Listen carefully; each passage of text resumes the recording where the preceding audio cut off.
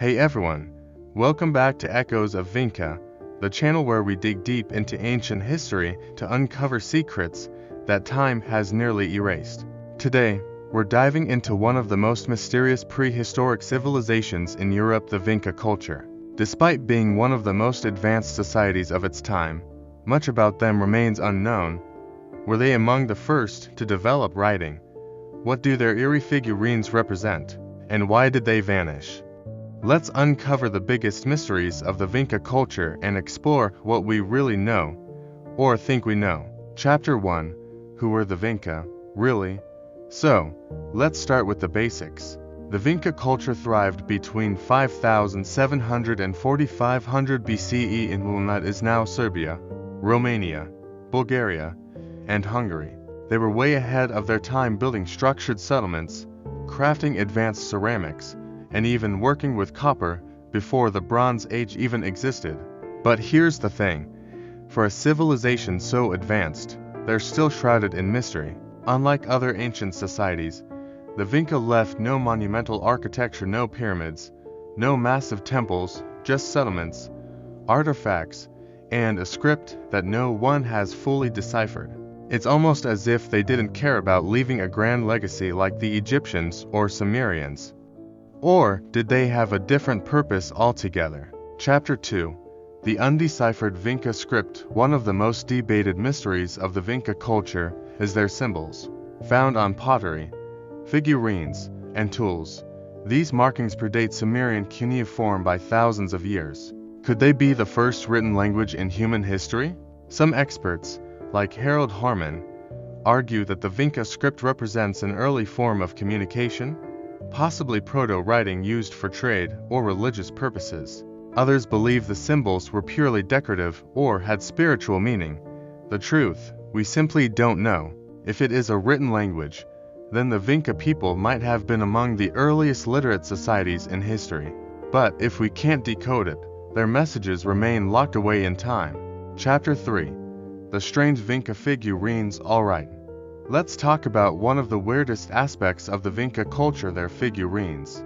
If you've ever seen them, you know what I mean?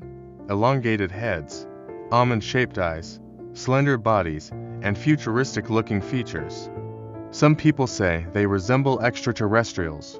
Were the Vinca depicting their gods, ancestors, or something else entirely? Mainstream archaeology suggests these figurines were tied to religious or fertility rituals, much like the Venus figurines of Europe. However, alternative theories suggest they might represent beings of higher intelligence, may be celestial deities or visitors from beyond. The question remains, why did the Vinca create such unique humanoid figures, so vastly different from other prehistoric art? Chapter 4. Early metallurgy ahead of their time. Another mind-blowing fact about the Vinca culture is their early use of copper metallurgy. While other Neolithic societies were still using stone tools, the Vinca were already experimenting with metalworking, creating tools, jewelry, and ornaments. This suggests a level of technological sophistication that was way ahead of their time. The big question is, where did they learn this? Did they develop metallurgy independently, or were they influenced by another culture? Some archaeologists believe the Vinca might have been part of a broader network of knowledge exchange, connected to civilizations in the Near East. If that's the case, they weren't just an isolated prehistoric group. They were pioneers in early technology. Chapter 5. Trade and connections to other cultures. Speaking of connections, let's talk about the Vinca trade networks. Archaeologists have found obsidian tools and shells in Vinca settlements, materials that weren't native to their region. This means they were trading with distant cultures, possibly even as far as the Mediterranean. Imagine that, a prehistoric trade route stretching across Europe, linking different cultures long before written history even began. This brings up another fascinating question: how much did the Vinca influence later civilizations? Could their knowledge of urban planning, metallurgy, and symbols have spread to neighboring societies? If so, their impact on European history might be far greater than we ever imagined. Chapter 6. The mysterious disappearance of the Vinca culture. Now, here's one of the biggest unsolved mysteries. Why did the Vinca culture disappear? They thrived for centuries, but around 4500 BCE, their settlements declined. What happened? There are several theories. One possibility is climate change. Perhaps shifts in weather patterns made their lands less fertile. Another theory is overpopulation and resource depletion, where their own success might have led to their downfall. But the most debated theory, the arrival of Indo-European migrants. Did these newcomers assimilate the Vinca people? Or was there conflict? Either way, by the time the Bronze Age began, the Vinca culture had vanished.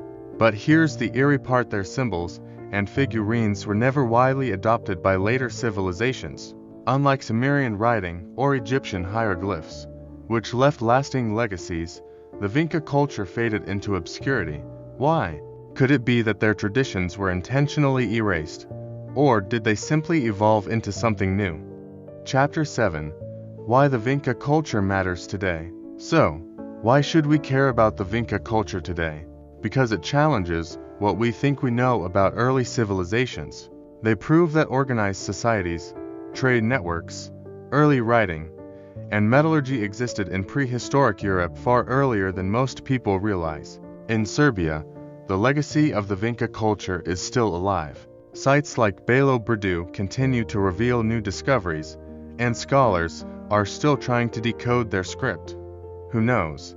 Maybe one day, we'll finally crack the Vinca code and uncover messages from a civilization that time tried to forget. Conclusion. And there you have it, the biggest mysteries of the Vinca culture. From their strange symbols and eerie figurines to their advanced metallurgy and sudden disappearance, they remain one of the most intriguing prehistoric societies ever discovered. So, what do you think? Were the Vinca an early literate civilization? Were they influenced by otherworldly beings? Or were they simply an advanced society lost to history? Let me know your thoughts in the comments. If you enjoyed this deep dive, don't forget to like, subscribe, and hit that notification bell so you never miss an episode of Echoes of Vinca. Until next time, keep exploring, keep questioning, and keep uncovering the echoes of the past.